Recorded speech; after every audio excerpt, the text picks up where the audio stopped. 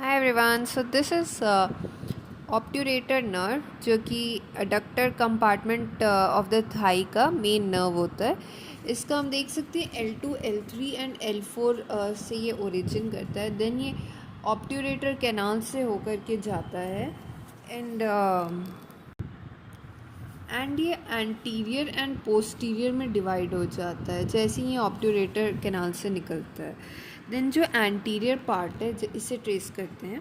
जो anterior part है वो डाउनवर्ड जा कर के थाई में जाता है, in front of the obturator externus जो मसल है उसके सामने से होकर के। उसके बाद पेक्टिनियस के बिहाइंड जाता है और एडक्टर लॉन्गस, पेक्टिनियस देख सकते हैं और एडक्टर लॉन्गस, ये दोनों के पीछे से होकर के जाता है।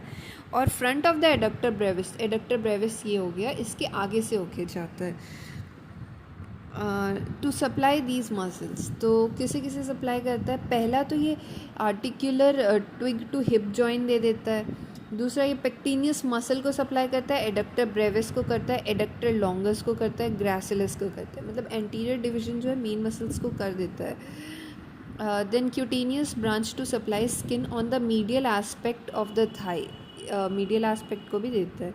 ओके, नाउ अब हम लोग पोस्टीरियर डिवीजन को देखते हैं। जो पोस्टीरियर डिवीजन है ना, ये ऑब्ट्यूरेटर एक्सटर्नस को पियर्स करता है एंड देन उसको सप्लाई करता है। देन ये एडक्टर ब्रेविस जो है इसके पीछे से होकर के जाता है एंड इसे भी सप्लाई करता है एंड एडक्टर मैग्नस को सप्लाई करता है।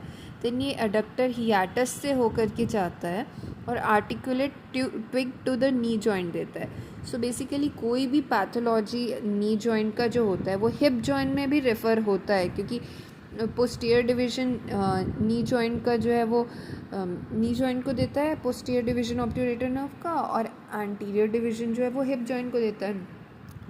नाउ एक एसेसरी नर्व होता है जो कि सब में नहीं, बस 30% ऑफ द पीपल में पाया जाता है, जो कि L3 और L4 स्पाइनल नर्व से निकल के आता है। ये डायरेक्ट ये वर्टिब्रा से निकल के आता है।